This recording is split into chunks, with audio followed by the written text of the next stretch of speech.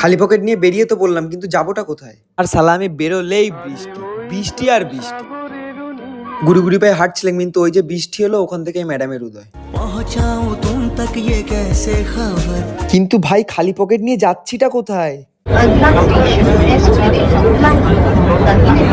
ও ভুলে গেছিলাম, ইস্পিলানেট যাচ্ছি, ইস্পিলানেট। কিন্তু সবাই যাচ্ছে নাকি ভাই?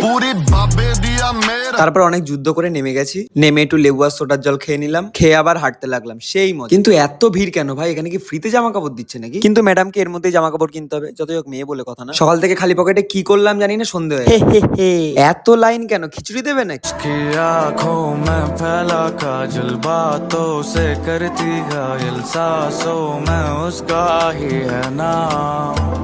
সবকিছু কেনার পরে চা খাওয়ার পয়সাটা বেঁচেছিল। ঘুমি খাতির গাড়ি হিরো হোন্ডা খোঁজেলি। উড়িয়ে বাপরে বাপ, কি বাজে অবস্থা। ও ম্যাডাম, এলো যে পুজোর লগন।